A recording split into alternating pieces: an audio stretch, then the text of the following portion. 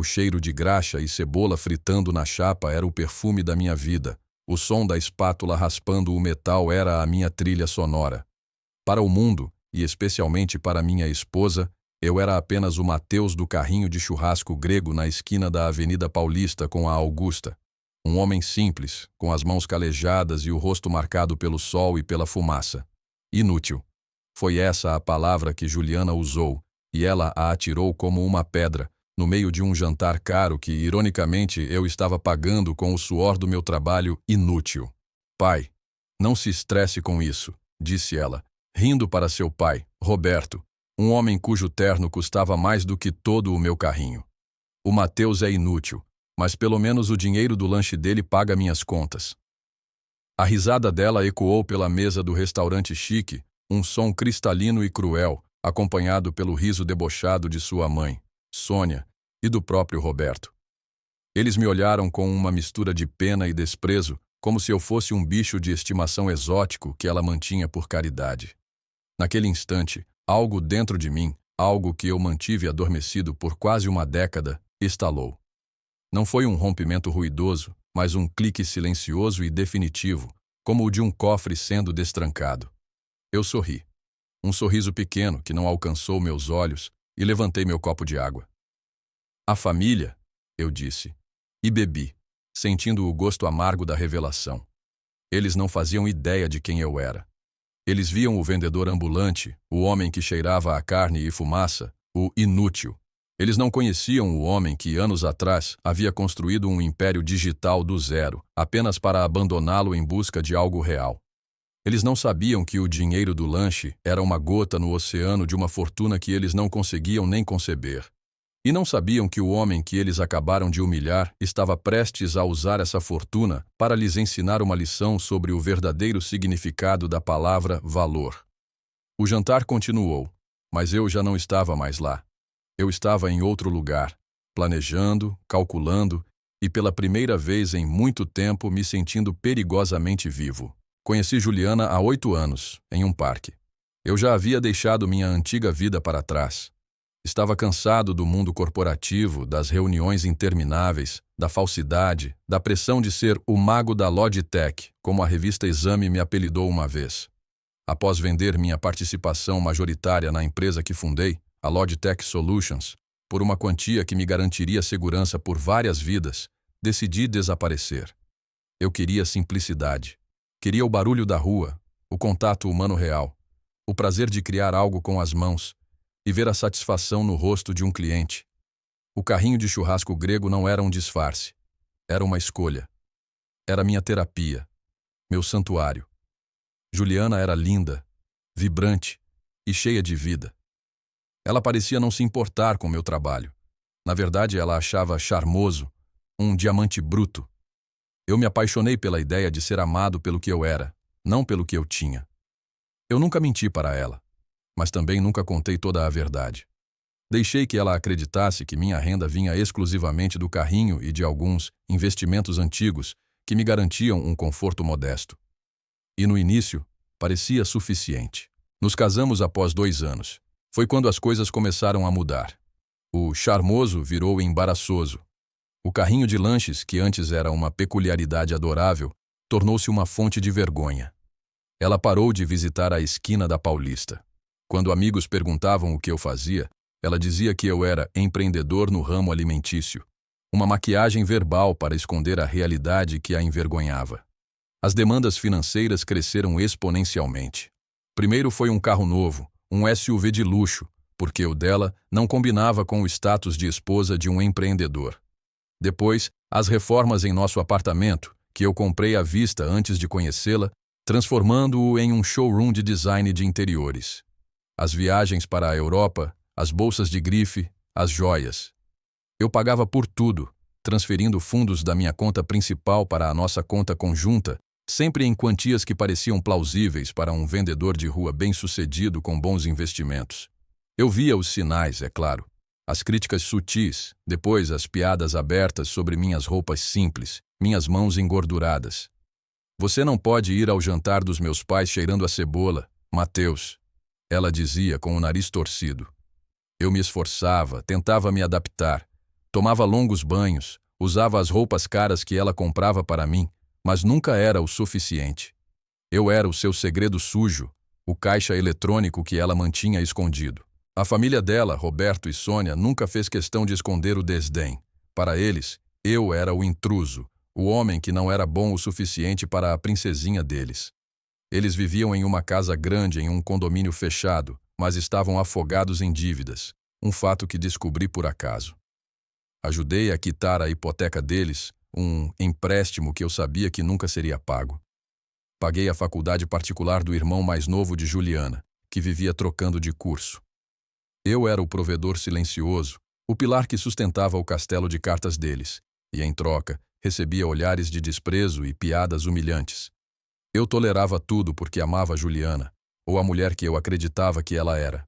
Eu continuava esperando que um dia ela acordasse e percebesse que o valor de um homem não está no terno que ele veste, mas no caráter que ele possui. Aquele jantar foi o meu despertar.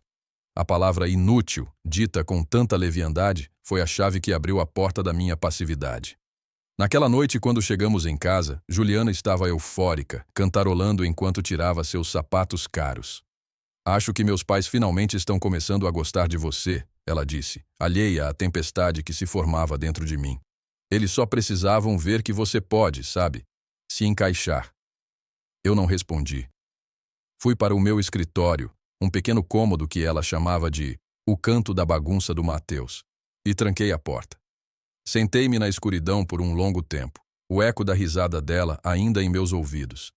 A humilhação era uma brasa ardente no meu peito. Anos de sacrifício, de silêncio, de engolir o orgulho, tudo para ser reduzido a uma piada em um jantar. Abri meu notebook, um modelo antigo e simples que eu usava para as finanças do carrinho, e me conectei a uma rede segura. Com alguns cliques, eu estava olhando para o painel de controle da minha vida real. Gráficos, números, participações acionárias, um império digital que continuava a crescer, mesmo na minha ausência. O ponto de virada não foi uma explosão de raiva. Foi uma calmaria fria e assustadora. Eu vi o caminho à frente com uma clareza absoluta. O jogo havia mudado. Eu não era mais um participante passivo. Eu era o dono do tabuleiro. Minha primeira ligação foi para Lucas, meu advogado e o único amigo do meu passado que conhecia minha situação atual.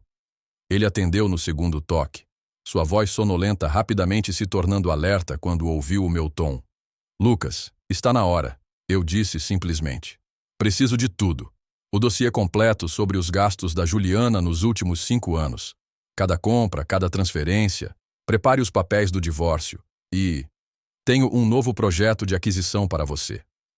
Houve uma pausa do outro lado da linha e então um sorriso em sua voz. "Achei que esse dia nunca chegaria. O que você tem em mente?"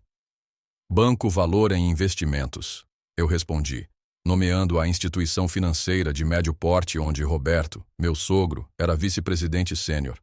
"Quero o controle majoritário", silenciosamente e rápido. Lucas assobiou.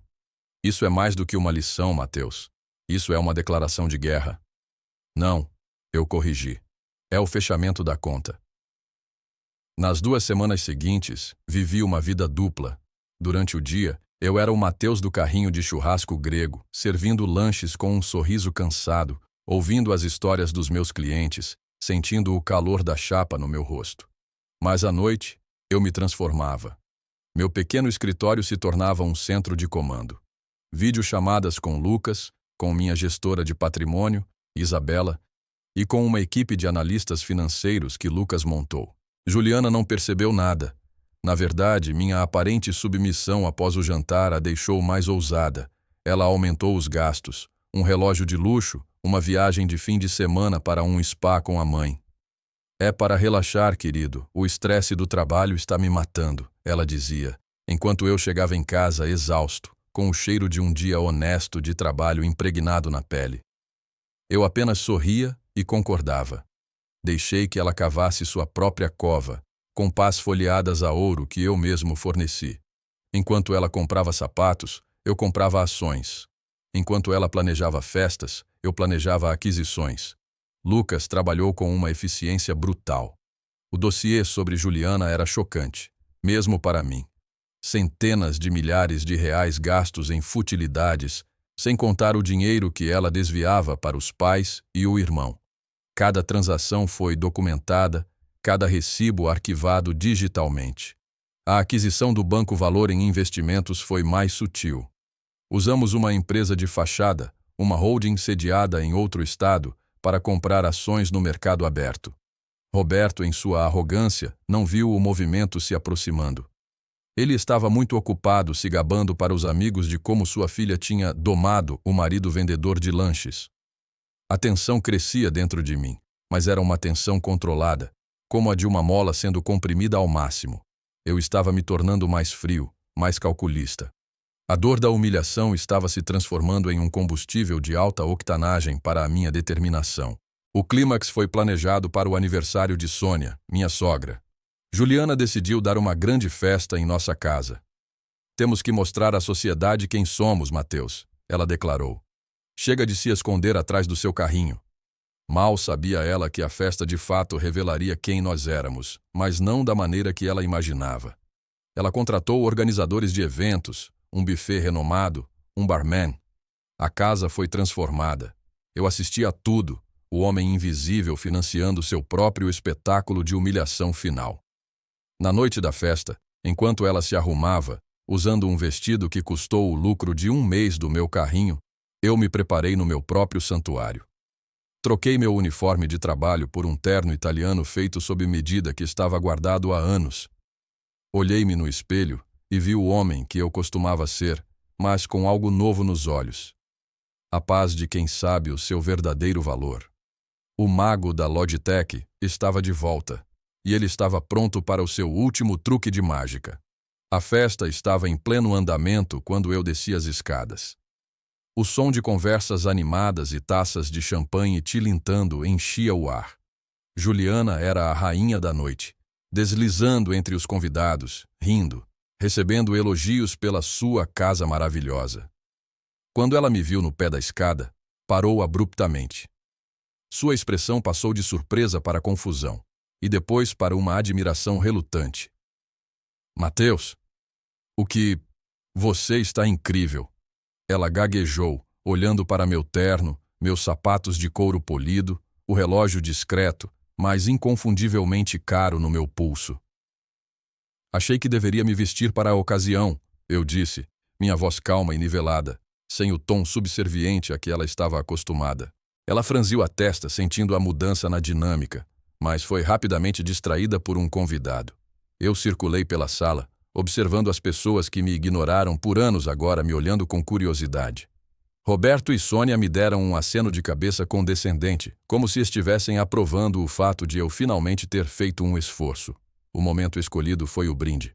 Roberto, segurando uma taça, subiu em um pequeno palco improvisado. Gostaria de propor um brinde à minha esposa, Sônia, a mulher mais elegante que conheço, e à nossa filha, Juliana, que soube escolher um homem que se esforça. A risada foi educada, mas o insulto velado estava lá. Antes que pudessem beber, eu me movi. Com licença, disse eu, minha voz projetada com a autoridade de quem está acostumado a comandar salas de reuniões, não de quem grita pedidos sobre o barulho da rua. Se me permitem, eu também gostaria de dizer algumas palavras. Um silêncio curioso caiu sobre a sala. Juliana me olhou, um misto de alarme e irritação em seus olhos. Peguei um microfone do suporte. Primeiro, feliz aniversário, Sônia. Desejo-lhe tudo de bom. Comecei, educadamente. Juliana, esta é uma festa linda. Você tem um gosto impecável. Na verdade, um gosto muito caro. Eu fiz uma pausa, deixando a última frase pairar no ar. Um gosto que custou, para ser exato, 1.843.215,67 nos últimos 5 anos. Um murmúrio percorreu a multidão. O rosto de Juliana ficou pálido. Mateus, o que você está fazendo? Ela sibilou. Eu a ignorei. Eu sempre acreditei que o valor de uma pessoa não está no que ela possui, mas no que ela é. Eu vivi minha vida de acordo com esse princípio, escolhendo a simplicidade para encontrar algo genuíno.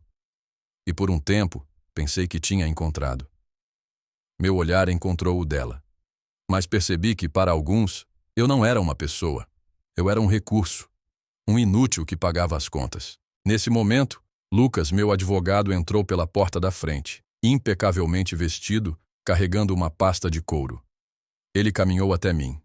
Juliana, eu disse, pegando um envelope da pasta de Lucas. Acredito que isto seja seu. Entreguei a ela os papéis do divórcio. Ela olhou para eles, suas mãos tremendo. E, como parte do nosso acordo de divórcio, todos os bens adquiridos antes do nosso casamento permanecem comigo. Isso inclui esta casa que será colocada à venda na segunda-feira. O carro que você dirige, na verdade, a transportadora já deve estar a caminho. O queixo de Sônia caiu. Roberto deu um passo à frente, o rosto vermelho de fúria. Seu moleque insolente, quem você pensa que é? Essa é uma excelente pergunta, Roberto, eu disse, virando-me para ele. Alguns de vocês podem me conhecer como o cara do churrasco grego. Outros, de um passado distante, podem me conhecer por outro nome. Lucas entregou um tablet a Roberto. Na tela, a capa da edição de 2015 da revista Exame com meu rosto e a manchete. O mago da Logitech. Conheça Matheus Lacerda, o bilionário recluso que revolucionou a logística no Brasil. Roberto olhou do tablet para mim, a compreensão e o horror se espalhando por seu rosto. Eu sou Matheus Lacerda, eu disse à sala silenciosa. E sim, Roberto, eu sei quem eu sou. A questão é, você sabe com quem está falando? Porque, a partir de amanhã, você se reportará a mim. O quê? Ele engasgou. A holding que finalizou a aquisição do controle majoritário do Banco Valor em Investimentos na semana passada? É minha, expliquei calmamente. Teremos uma reunião às 8 horas da manhã de segunda-feira para discutir a reestruturação da diretoria. Sugiro que você não se atrase. O caos irrompeu. Juliana estava chorando. Sônia parecia que ia desmaiar. Os convidados cochichavam, seus rostos um misto de choque e fascínio malicioso. Eu olhei para a família que me havia desprezado e não senti triunfo, apenas um vazio melancólico. Eles não me amavam. Eles nem sequer me conheciam. Eles amavam o que eu podia proporcionar. A festa acabou, anunciei. Por favor, saiam com calma. Lucas os acompanhará até a saída. E com isso me virei e subi as escadas, deixando para trás os destroços do mundo falso que eles haviam construído com o meu dinheiro e a minha paciência. Nos meses que se seguiram àquela noite, minha vida mudou de forma tão drástica quanto silenciosa. A casa foi vendida rapidamente. Juliana, após uma batalha legal breve e sem esperanças, aceitou o acordo de divórcio que era justo, mas longe do estilo de vida com o qual ela se acostumara. Ela e sua família desapareceram da minha vida como fumaça, deixando para trás apenas o eco de suas ambições frustradas. Fiquei sabendo, por meio de Lucas, que Roberto foi forçado a uma aposentadoria antecipada do banco. Sem o meu suporte financeiro, a fachada de riqueza da família desmoronou. Eu, por outro lado, encontrei um novo tipo de paz. Não voltei para o mundo corporativo. A reunião com Roberto no banco foi profissional e curta. Implementei as mudanças necessárias para garantir a estabilidade da empresa e nomeei um novo CEO, uma mulher competente e com visão de futuro. Minha participação se tornou a de um conselheiro silencioso. O carrinho de churrasco grego continuou sendo meu santuário. No início, as pessoas me olhavam de forma diferente. A história da festa vazou, é claro, tornando-se uma espécie de lenda urbana nos círculos sociais de São Paulo. O vendedor bilionário se tornou uma curiosidade, mas a novidade passou. E logo eu era apenas o Matheus novamente, o cara que fazia o melhor churrasco grego da cidade. Mas algo havia mudado em mim. Eu não estava mais me escondendo. Comecei a usar minha fortuna para o bem. Abri a Fundação Recomeço, uma organização sem fins lucrativos dedicada a fornecer microcrédito e mentoria para pequenos empreendedores, pessoas como eu, que encontravam dignidade no trabalho honesto. Comprei o prédio comercial na esquina da Paulista e transformei o térreo em uma praça de alimentação para vendedores de rua, com infraestrutura digna e aluguel subsidiado. Minha vida se tornou uma mistura equilibrada dos dois mundos. Manhãs discutindo estratégias de investimento com Isabela, tardes na chapa quente, conversando com um estudante ou um executivo sobre o dia deles, e noites trabalhando nos projetos da fundação. Eu havia encontrado meu propósito, não na reclusão, mas na integração. Um dia, uma mulher parou no meu carrinho. Ela não era do tipo que costumava frequentar o lugar. Tinha um olhar gentil e um sorriso que parecia genuíno. Pediu um lanche e, enquanto comia, começou a falar sobre o projeto social que dirigia, ajudando pessoas em situação de rua. Conversamos por quase 1 hora. Ela não perguntou sobre meu terno ou meu carro. Ela perguntou sobre as histórias das pessoas que eu conhecia, sobre meus sonhos para a praça de alimentação. O nome dela era Clara. Ela voltou na semana seguinte e na outra. Nossas conversas se tornaram o ponto alto dos meus dias. Um dia, ela me viu saindo de um carro de luxo com um motorista, voltando de uma reunião da fundação. Ela apenas ergueu uma sobrancelha e sorriu. Vida complicada, a sua, ela brincou. Você não faz ideia, eu respondi sorrindo de volta. Com Clara, eu não precisei escolher entre o vendedor ambulante e o bilionário. Ela via os dois, e pela primeira vez, eu senti que alguém via o homem inteiro. A lição que aprendi não foi sobre vingança ou poder, foi sobre autenticidade.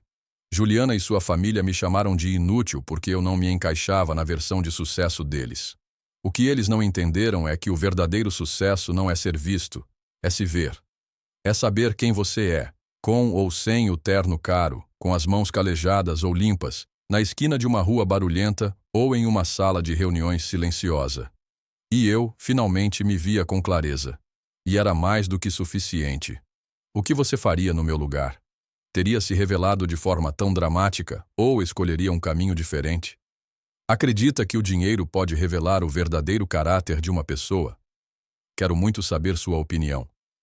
Deixe um comentário abaixo com uma classificação de 1 a 10 para esta história, para me ajudar a trazer mais narrativas que te emocionem. Se você gostou desta jornada de superação e justiça, não se esqueça de clicar em curtir e se inscrever no canal. Assim, você não perde nenhuma história emocionante que postamos diariamente aqui. Ative o sininho para ser notificado. Dê uma olhada em outro vídeo incrível que está aparecendo na sua tela agora. Até breve. M.